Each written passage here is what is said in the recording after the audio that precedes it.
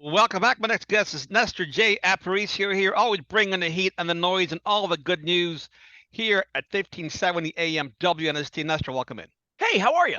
Doing fantastic. How about you? The Yeah, spring this is is in the sort of air and great weather here in Baltimore. We got crab cakes, we got baseball, all kind of great stuff happening. sort of a weird time of the year, right? I mean, we're waiting on the draft. It's been the weirdest Ravens offseason since Ray Rice. I mean, at the very least, right? We could say that. And the OBJ thing happens, and we still have no clue on Lamar. I mean, I sense that the Ravens are not in any way motivated to give him more than 32 point, whatever that was. Um, And the Lamar thing's sort of backburnered, right? They're going to welcome Odell Beckham to town. They're not going to have any questions about Lamar because we can't have that. How the hell are they going to have a press conference? I mean, I'm being honest with you. They're going to, based on the last press conference they had, the one you had named many years ago, the Liars Luncheon, maybe they'll qualify the questions again. They'll tell the press, look, you can ask anything you want as long as it's not about the quarterback position and Lamar Jackson. So looking forward to see what the rhetoric is going to be today. Well, I mean, there's rhetoric and then there's the reality, right? The reality is this kid's pinched now and has to go play for $32 million a year after we told him not to play for $23 million, right? Like, so as days go by, and the amazing thing about this, and I keep going back to this, and I sort of realized this at some point 3-4 weeks ago when, when you've already bought the ticket and you're inside and you realize, oh, I got taken advantage of. I bought the buffet and, I didn't get, and there's an upcharge or whatever the deal would be. Yeah. But in the case of Lamar Jackson, not having an agent, not having this plotted out, not having someone professional next to him when he won the MVP a couple of years ago, so that he'd have 120 million in the bank already, and he'd be where Revis was, or where Sam Bradford was, or any of the quite frankly, where Odell Beckham Jr. is, which is getting fresh money every year off of a reputation from 3 years ago, which the National Football League's willing to do.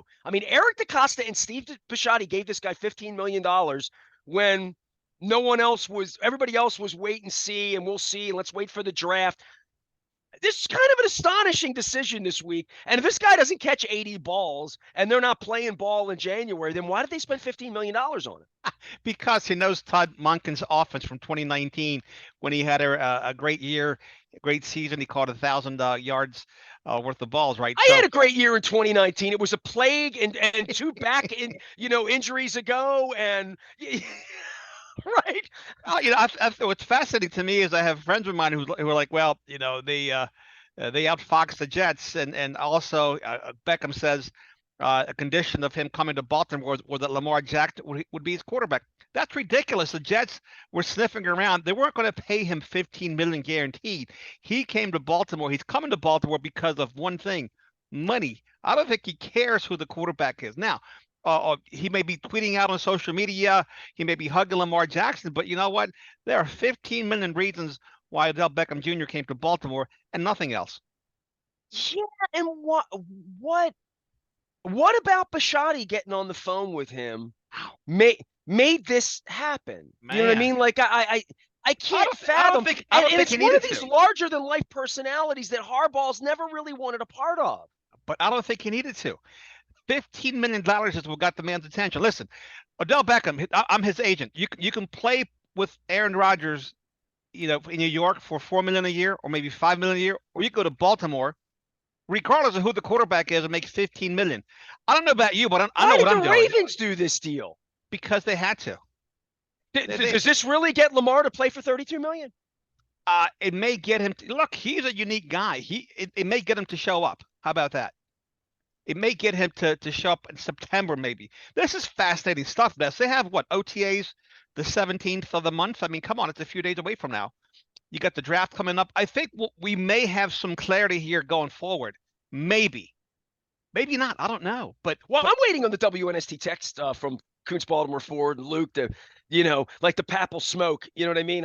I'm waiting for whatever to happen. Okay. But I certainly was not. I've been waiting for 2 years. We've been waiting for 2. Is the smoke? Do they need to refresh the smoke box? I mean, is it damp? Right? Will it actually work, or are we going to get more of the sameness?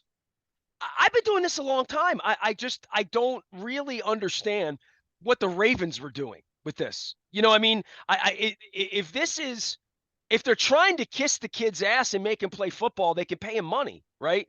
Like, do they really love Lamar? Because it hasn't felt like to you and me like No. they love Lamar.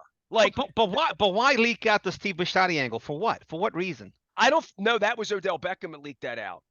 Okay, He leaked gotcha. that to Josina Anderson. Oh, gotcha. That's Josina right. Anderson's not talking to Steve Bisciotti. She's talking to Odell Beckham. Gotcha. So Steve's been quiet all along still. Nothing from Steve. Well, there's not going to be anything from Steve. Have you met his PR director? Enough, but I've seen the way he treated you. That's enough for me. Well, you see how he treated the whole room last week. I don't need to meet him. I don't need to meet him. I just don't need to meet him. How about that?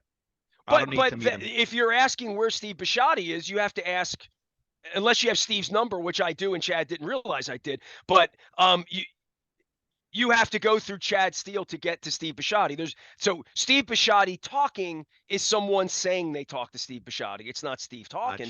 Gotcha. And in the case of Odell Beckham Jr., why would Steve be on the phone with? And why would Steve give him $15 million? Yeah, and why would John and Eric say, Steve, if we want to win the Super Bowl this year, we need Odell Beckham at $15 million. And why would Todd Monken, who's new in the building, walk down the hallway and say, yeah, I need OBJ. That guy's going to wake our room up. That guy's going to be a difference maker. I don't know if he can play. He's 31 years old, but he's going to be the right guy for us. We need to invest $15 million. Pay him like he's going to catch 90 balls in this offense.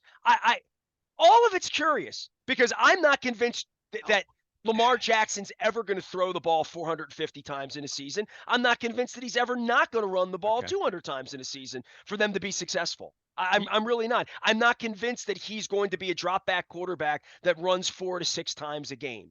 And I don't think he wants to be that guy, and I don't think that plays to his skill set, and I don't think that's his path to getting $200 million, is chucking the ball around. All right. Of course, we all recall what Steve Bisciotti made a statement that he's not sure that Deshaun Watson should have been the first player in NFL history to be given a fully guaranteed contract. In that vein, I'm not so sure that Odell Beckham Jr. is the wide receiver the Ravens should have given that kind of a contract to either. With all due respect to the handful of receivers that are still out there, but it was a splash move. It was indication that they're willing to invest in the wide receiver room. It's an effort to get better. It's a high risk, high reward type of a move, Ness. And I also think it takes a spotlight and the heat off of the Lamar Jackson situation. It's like they took a laser pointer, a very expensive laser pointer, and shot it in the opposite direction. But none of that means anything if they feel good on the field and play in September. I mean, all of this, me talking and Chad Steele not talking and Jeff Zrebiec being told he can't ask questions and like all of that, none of that matters. They have to go out and play football in September. And what's going to be on the field? What's it going to look like? How's the cake going to bake? Who's going to be motivated? Who's actually going to be here? And how motivated is Lamar Jackson going to be? Probably part of this to Lamar. And again, man, no offense to Lamar, but like whatever they're pitching to him must be pretty sophomoric. You know what I mean? They're not playing chess with him. They're playing checkers with him because he's playing checkers with them. No, I don't think he knows how to play chess. Right? No, he needs an agent. So saying to Lamar, hey, we got your bright shiny object here. This is your path to get paid, pal. We're going to throw the ball. We're going to throw everything you want to do. You're under contract. You can't go anywhere. So you're indentured. Come on in and play for your $2 million a week and throw the ball to him. And then once you throw the ball to him, that's how you're going to get $250 million. Because we know you don't want to be here because you asked for a trade. So if you want to be next year, if you don't want to be here and you're 26 and you want that 5-year, $300 million deal, OBJ is the guy that's going to bring you the parade, Lamar. So come on back. You know, we didn't give you the money. We gave him the money so you can get the money. Well, because they can. I mean, they've taken advantage of him, and he's allowed to be taken advantage of the last 5 years. They've had him on a cheap. They've had an MVP quarterback, a guy who had an MVP season back in 2019. They've had him on the cheap. They haven't had to pay him, and it's his fault because he's allowed that. Now, a quarter century ago, Nestor, I realized and recognized that I need to get great people around me. I need a great accountant, a great lawyer, a great doctor, right? My team, people smarter than me in different fields. Lamar Jackson hasn't recognized that. His group hasn't, the people around him haven't recognized the need for an NFL agent. Because if he gets an agent, this whole thing comes together one way or another very quickly. It would have been done. He Ah, would be enjoying his off ah, season, getting ready to play. He'd have 85 or $95 million in the bank. He'd be playing for a $46 million okay. contract this year. Nobody Football. would be talking about money. He would be attaboying them for going and getting him a wide Sure. receiver. Like, and this thing would smell better than it Uh, smells. he had a brand new car. It was brand new, smelled new, looked new, and now he's driven down that road and rocks have come up and they've hit the car on the side. It's got dents and scratches, and this is where we are today. Now it's a mess. It's a hot mess. And uh, again, I think The you're right. car's been in the shop 2 years during the playoffs. That's the other piece too. Now, whether they sign him or not, whether he shows up or not, they need a capable backup, a quarterback capable beating the Cincinnati Bengals on the road, because Tyler Huntley showed us he's not the guy. If he was the guy, he would have made that play on the goal line. Instead, he contributed to a 14-point swing. So they still need a quarterback not named Tyler Huntley to back up Lamar Jackson, or perhaps even start in the case whether Lamar is there or not in December. Because, like you said, he hasn't been there the last 2 years. Well, I think Chad Steele felt like they needed a happy press conference. So they're having this happy press conference with OBJ. This is almost misguided to some degree, right? Like coming out with the happy face, unless Lamar signed, and I'm waiting on that text. But the OBJ Lamar Loveathon on Instagram and right, you just told it. You just crashed and burned the head coach's press conference. You just crashed and burned and said, "I demanded a trade March 2nd," and you're on social media having a love fest with OBJ. Why is the question I have? If you're negotiating with the Ravens and other NFL teams, why would you do that? The optics. If you and I were the agent, we would have said, "Listen, this is great for the Ravens, but it doesn't move the needle for us. Where's Lamar's money? It's not impressive for Lamar Jackson. Great. You may have improved your team. And by the way, you talk about his injuries. You just gave a guy a boatload of money that's had 2 ACLs. Lamar's had 1 ACL, or PCL, whatever you want to call it. So what's the difference? Why is he getting his bag? Why can't my player? That would have stuck it right back at him. I would have used this to squeeze him for more money. You're giving him my money. You're giving him my money. Thank you. So right. Again, this young man needs somebody whoever's advising him. He needs somebody else. You keep saying that, but you've met this kid, right? And you've never met this kid. This kid's got $30 million in the bank. He's not some troubled young kid who is not thinking. He's never had life experience, and he's never had quality people around him. Right. It's never been allowed. And I keep going back to this thing with his mother and him and listen, I'm from the streets of Dundalk. I don't trust anybody either. But there comes a point where you put 12 Drew Rosenhouses in front of you, and you find the right situation, or you meet all 12 of them, and you decide agents are scumbags. I don't want any of them. And I've done that in my life too, right? I mean, I've had bad financial advisors. I've had bad people sell me cars back when I was a young guy, right? Like we've all had bad experiences through life. But then there comes a point where you're like, all right, because I had a bad experience with the dentist on Eastern Avenue in 1975, I'm never going to have a dentist again. Right. Like I don't, that's a life trap, really. It is. And I think once you're 26 years old and you got $30 million, nobody we're talking to in this audience has as much money as Lamar Jackson today. No, very true. So he's already smarter than all of us. He's already won life. He's got more money than any of us. And he would say that, and he would say, I did it my way, and I'll show you I'll do it the other way, because he's been doing it this way. So I don't think there's any. Dennis, I want to can I change topics onto the Orioles for just 1 second? Because I really thought about this the other day. When I did Free the Bird, by the way, I met Mike Elias this week, so I want you to ask me about that, because I haven't talked about that on the air all week. Okay. Raskin had an event. But I met Mike Elias this week, and I've been thinking more baseball this week, right? And thinking about, because I'm watching baseball more than the Ravens, because they're not playing this week, right? And I started thinking about my feelings, because I'm re-releasing the Peter Principles next week. So if you haven't read it, and it's long and chunky, it's the Peter Angelo story. It's not first person. It's not my story. It's a third person. It's after I wrote Purple Rain 2, Adam Jones and I ran into each other, and he asked me, what's the story with the old man? He asked me that out on the field. He said, read the book. And I wrote a book for him. I went to Tahiti and I started to write a book in the summer of 2013. Then my wife got cancer, and I stopped writing the book 6 months later. But for 6 months, from July of 13, because the Ravens book was out, until February of 14, I was immersed. I wasn't on the radio yet. I wasn't back on the radio. I still had the staff and all that. My wife hadn't had cancer. We had won the Super Bowl and we're pimping the books, right? We're going to Denver to open a season. That's what, instead of opening the season here. So it was 10 years ago. And Adam Jones said to me, why's the old man hate you so much? That's what he said to me. And he's playing catch out on the field at Citi Field, and I'm at the All-Star game. And he literally wanted me in 45 seconds to. So I wrote this Peter Principles for him.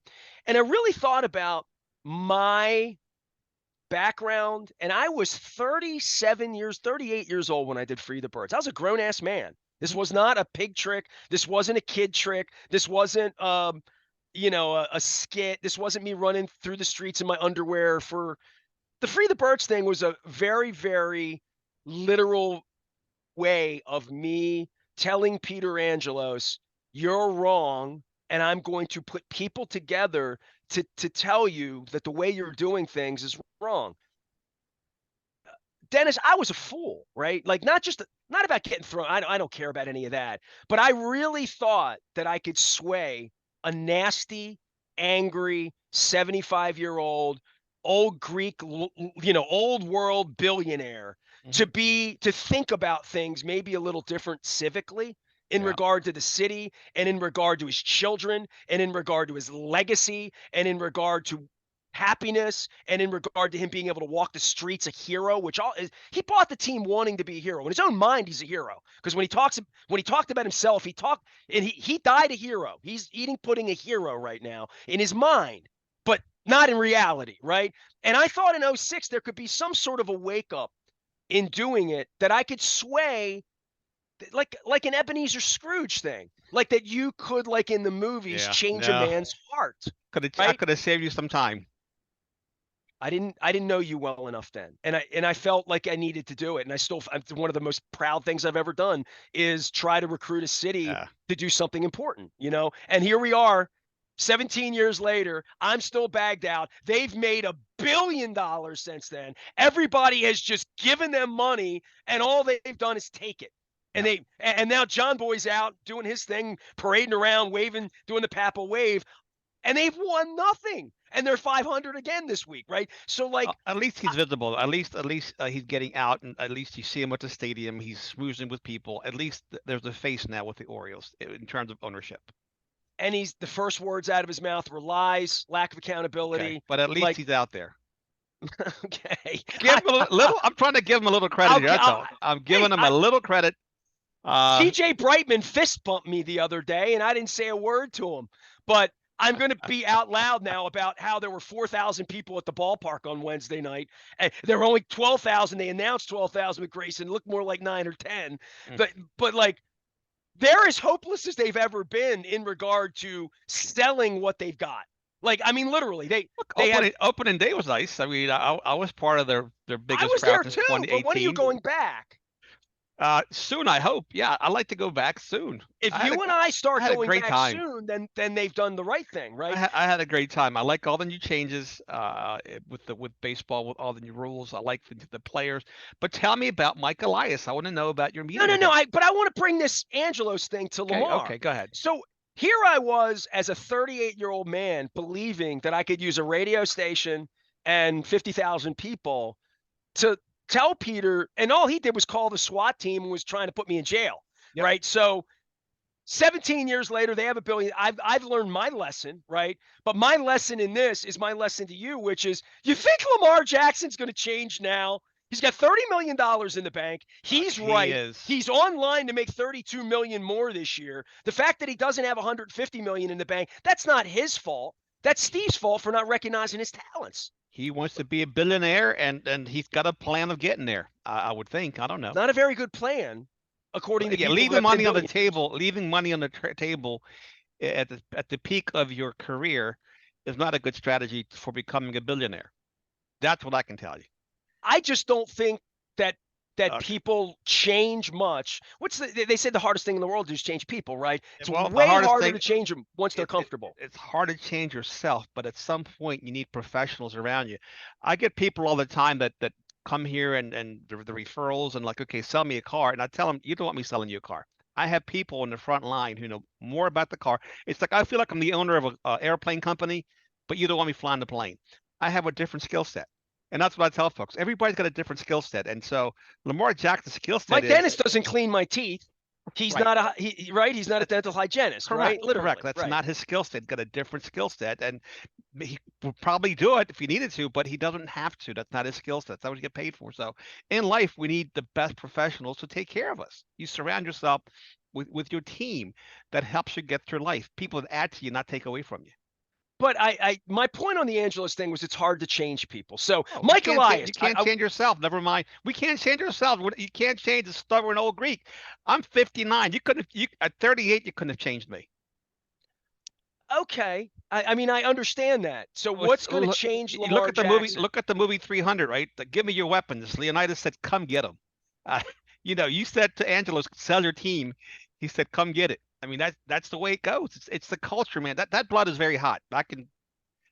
Firsthand, I can tell you that it's the hottest blood in the world. Oh. It's so you haven't seen stubborn. 17 years later, his boys are fighting while Listen, he's eating pudding over his money you in haven't front of the seen- world, airing their laundry. So You haven't it's been seen a successful operation financially, but legacy-wise, it hasn't been a successful operation. And I guess for Lamar Jackson, it's been a successful operation. He's got $30 million. He's got a statue. Listen, in Louisville, right? He'll have 60 at the end of this year, 66 maybe. Whereas Josh Allen will have about a buck 53.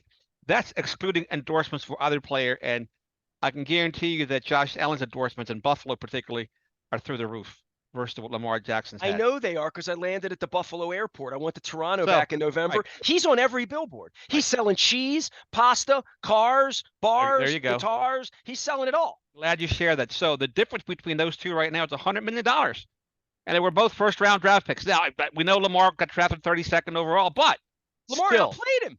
He's outplayed him. He outplayed him initially. The last couple of years, Josh has bridged the gap and then some. But my point is he's not worth $100 million the first 5 years than Lamar Jackson. There's no question about that. And this is, again, Steve and Eric have gotten over on him. Oh, they played him. But the whole idea of him not having an agent was that he was afraid Drew Rosenhaus was going to rip him off, right? And in the end, he got ripped off. He ripped himself off. He ripped himself off. He ripped himself off. He had a full for client as a self-proclaimed agent. He really did. And that he left a ton of money on the table. And this latest signing with Odell Beckham Jr. Yeah, the Ravens potentially they made the wide receiver room better potentially. Well, how is it that we're a month into this and you and I are now we're convinced he's going to play for $32 million and come back with his tail between his legs and just say, I asked for a trade, but I didn't really want to trade. I'm Raven. I'm purple.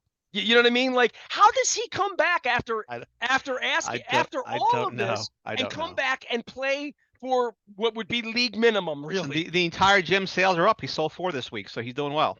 At $6.99 a piece. So his net profit was about $800, whatever you want to call it. So Mike Elias, I got to give you the Mike Elias story because I'm going to forget it because we're gonna.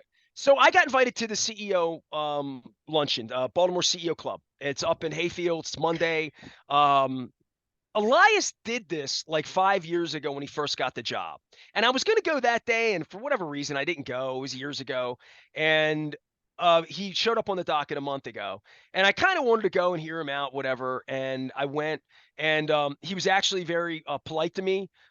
Absolutely knew who I was. You know how I knew he knew who I was? He said to me, "Oh, I know who you are." That was your first clue. You're a smart guy. See that us East Baltimore guys are pretty quick on our feet. Well, he'll never forget me because I gave him 2 copies of Purple Rain 1 and 2. And I said to him, I wrote this book with Eric. I wrote this book with Marvin and with Brian and with David Modell. I said, these are the last 2 championships in the city. They're really about how the championships were built. They're not football books. They're business books. And he said, thank you very much. And I shook my hand. He's like, Aparicio, are you related to Louis? And I'm like, yeah. He's like, I remember him when he was with the Red Sox. And I said, oh, really? Well, I said, he was with the Orioles in '66. That's how I got here. He's like, he played for the Orioles? And I'm like, yeah, he was on the 60s. There was Boog and Brooks and Louis and Palmer. And he's like, oh, it's before my time. And he was polite about it, but like not, he didn't want me to be offended in any way. And I wasn't. I'm like, you don't need to know the 66 Orioles, but you run the Orioles. And I'm thinking, so he was very polite to me. And I said, Peter hasn't had me around in 17 years. I let it walk. And he's like, oh, I know who you are. And he gave me a big smile and he took my books and he threw me an email and he's very polite. And I was very, very impressed with him in the room. I was impressed with him on the stage. I'm impressed with his intellect. That's good. I felt like he had authenticity about him. I felt like he wasn't full of ish. And I felt like he's a really smart guy. Obviously, Yale, like all that running the team. But I feel like there's some humanity in him that I have seen lacking from other, and I've been around all 32 of the football guys every year, right? Like Eric doesn't have this anymore. If Eric walked into a room with me, Eric's a different human being than he was the first, like literally. Like it is the money, the job, the privacy, the scrutiny has changed Eric DaCosta. Eric DaCosta is a different human. He treats me differently before I was thrown out. When he got the job, it's, I don't know. When you're the parts manager or the assistant manager, you become the manager, you become the sales guy. Do you really treat people differently? I don't know. Elias, for me, struck me as authentic. And that's a good thing because it's my first entree and my DNA, all of my radar said, that's a good guy. The Orioles are lucky to get that guy. They must have paid him a lot of money. And I asked him a question and they didn't want to give me a question because they were afraid I was going to be an a-hole, which I'm 55 years old. I'm out at lunch. I'm with CEOs. Why am I going to accost Mike Elias? By the way, the questions in the room were the nasty questions that I would have been thrown out for asking. He got asked 5 or 6, like, is the team moving? Stuff that I never would have asked him. Right. He got asked, why didn't you spend more money? You're like flat. Like not nice, not fanboy calling Rex Barney. This is everybody in a suit and tie saying, you guys played well last year. Why didn't you buy some pitchers? You know what I mean? And some of it was, why'd you send Kyle Stoughton down today? You know, real baseball call stuff. My question for him, and I wanted him to speak about it as a leader, like the way you and I talk about leading things. And it was a C-level event. Mm-hmm. And I said to him, you took this gig 5 years ago. You could have had a job you could have held on for a Yankee job or a job where you had a $200 million payroll. I said, it seems to me like you were seeking out an opportunity where they didn't have a scouting system. They didn't have Latin. They didn't have internet. They didn't have any of that you could literally almost like an expansion team start your own thing. And he took off on that and talked about that. And I thought that's what I wanted to know about, which was building something, right? I mean, Mr. Coons comes to you and says, we're going to put a new dealership somewhere else and we're going to put our name on it. We're going to start with the bricks. You'd have a hell of an idea how to build it up as opposed to, hey, we got this place in Security Boulevard. It's been there 50 years. Come take it over. It's old bricks. It's old. You have your own people, like all of that. I said to everybody in the room, I said, a turnaround, we're all old enough. Everybody in there was silver hair. I was one of the younger guys in the room. I said, everybody in this room has turned their business, flipped their business, rethought their business, had to restructure their business, had to regroup and redo something, have a 2.0, 3.0, whatever it is. This guy signed up to do it in the worst place ever, right? Against the toughest competition. That to me says he's a hill charger, no matter what they're paying. I mean, I'm sure they paid him top of class, but you know, Mike Elias won me over as a human being by being in the room with me once. He's been here 5 years. They've denied me the opportunity to be in the room with him and go on the air and say good things about him, right? I can still say good things about people too when I believe them. And I can say bad things about people like Eric DaCosta when I see over 25 years that they go from treating me like a human, not like a family member or friend, like a human, and then going and treating me like I'm one of them, whatever them is. And it's offensive to me. And Mike Elias was polite to me and didn't have to be. Wrote me a thank you note. And I don't need any more from him, literally. But that was nice. That was very classy of him. At least there's somebody in the organization. And it just also showed you how fair of a person you are. When things are going well, you're gonna give them credit. And when things aren't going well, you're gonna call them out. I think that's fair. And I'm glad accountability is with my job here, And I'm glad that you had your time with Elias and it's great to hear such positive feedback. I didn't have time with him. I'm a professional, Dennis. He should be having coffee with me twice a year and talking about things. And well, he should be, but again, you do have a history with the Orioles here, so they're not going to invite you out for coffee. they had 4,000 people in their bowl the other night.